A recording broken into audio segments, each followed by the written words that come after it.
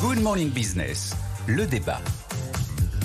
Il pleut des dollars sur les actionnaires. Le deuxième trimestre a été radieux en matière de dividendes avec un nouveau record et ça vous met en joie, Jean-Marc Daniel. Oui, c'est une bonne nouvelle pour moi. Donc, les chiffres nous ont été fournis par un cabinet qui est un cabinet à la fois d'analyse du marché et aussi de conseil en placement. C'est Janus Anderson.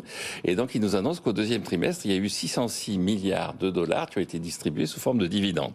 Alors, 606 milliards, il faut comparer à ce qui s'est passé l'année précédente pour se réjouir. Donc, c'est en augmentation de 5,8%. Et une partie de cette augmentation est liée à l'effet change, c'est-à-dire le dollar s'est plutôt apprécié. Donc, il y a eu une évolution qui, hors effet change, est de 8,2%. Il y a un effet yen aussi. Oui, alors oui, absolument. Donc, il y a un effet change sur le taux de change dollar-yen.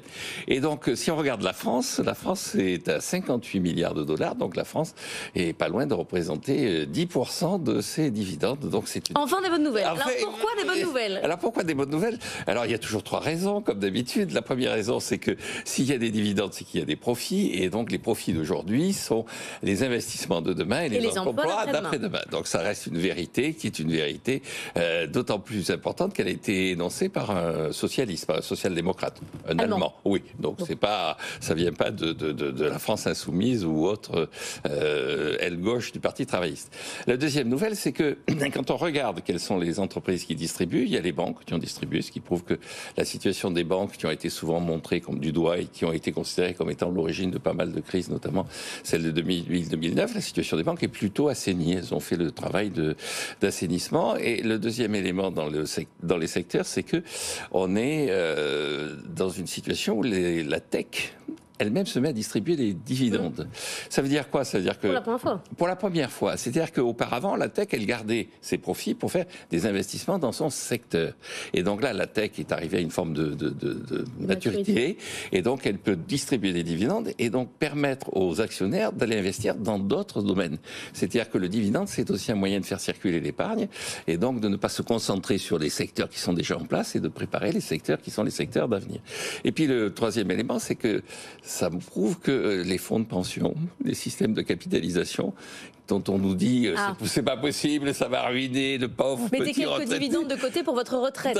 Alors vous pouvez mettre des dividendes, vous pouvez souscrire un plan d'épargne retraite si l'État en France ne veut pas vous permettre d'accéder aux 58 milliards de dividendes parce qu'il ne veut pas créer des fonds de pension.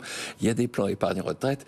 L'épargne rend, l'épargne est rémunérée, l'épargne est souhaitable. Nicolas, je vais pas vous demander de faire l'anticapitaliste. Non. J'en suis pas là. Non, Jean-Marc, j'avais mis plein d'arguments, j'ai fait des petites croix chaque fois que Jean-Marc donnait. Alors, avant de crier haro, parce qu'on va crier haro, je disais à Jean-Marc dans le couloir, je pense que la haine du dividende en France est un sujet qui est incurable. Oui. On pourra dire tout ce qu'on veut, c'est incurable, ça restera l'ennemi numéro 1 des anticapitalistes.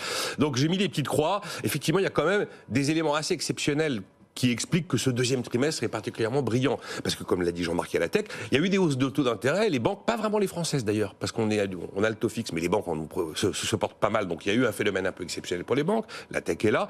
Si vous regardez en France, qu'est-ce qui s'est passé ? Vous avez Hermès, Airbus, AXA et BNP, qui sont les 4 qui ont vraiment tiré le phénomène. Donc il y a toujours quand même des composantes qu'il faut regarder pour se dire, comme d'où ça vient, qu'est-ce qui s'est passé ? Ensuite, Jean-Marc a donné des arguments parfaitement justes. J'ajouterais que l'actionnaire est récompensé du risque qu'il prend. S'il n'y a pas de dividende, il n'y a pas d'actionnaire. S'il n'y a pas d'actionnaire, il n'y a pas d'entreprise. Comme disait Jean-Marc, s'il n'y a pas de profit, il n'y a pas de dividende, mais s'il n'y a pas d'actionnaire, il n'y a pas d'entreprise. Après, c'est aussi une bonne nouvelle pour l'actionnaire, le salarié actionnaire. Il y a quand même plein d'entreprises où les salariés sont actionnaires. Il y a pas mal de boîtes du CAC où le premier actionnaire, c'est les salariés. Sont les salariés. Je crois que Total, ça doit être 8%. Vous mettez dans une boîte du CAC que dans une PME aujourd'hui. On est d'accord, on est bien traité dans une boîte du CAC 40. C'est aussi une bonne nouvelle pour les salariés des entreprises de plus de 11 personnes. Parce que souvenez-vous, on a eu un accord national interprofessionnel en février 2023 qui nous avait inventé l'expression dividende salarié. Tout simplement l'obligation de développer l'actionnariat salarié. De faire partager les résultats, s'il y en a, avec les salariés dans les entreprises de plus de 11. Avant, c'était uniquement les plus de 50. Et puis, c'est une bonne nouvelle pour l'État, des dividendes, ça fait des recettes fiscales. On a un PFU, un prélèvement forfaitaire unique à 30%. Plus il y a de dividendes, plus il y a de recettes pour l'État. Et aussi, c'est vrai. Et là, je pense qu'en plus, il n'est pas du tout impossible que ça finisse par voir le jour. Voilà un argument pour ceux qui défendent le fait de mettre de la capitalisation à côté de la répartition pour financer les retraites. Vous ne croyez pas que c'est des arguments pour une taxe plus élevée sur les dividendes? Ça, c'est LFI qui vous sortira cet argument.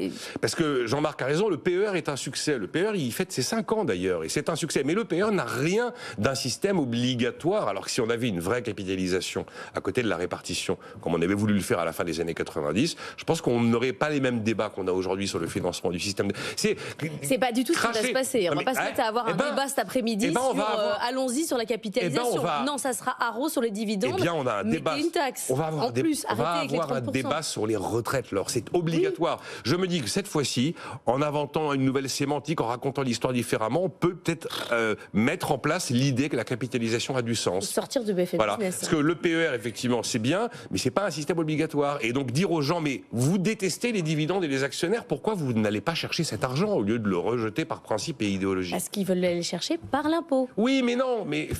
Il reste trop à BFM Business, il faut qu'il aille à côté. Vous savez comment je les qualifie, les gens qui veulent aller... déjà, c'est fiscalisé les dividendes. Les gens qui veulent aller chercher par l'impôt, moi je les appelle des sadofiscalistes. Oui. Et c'est tout à fait opportun.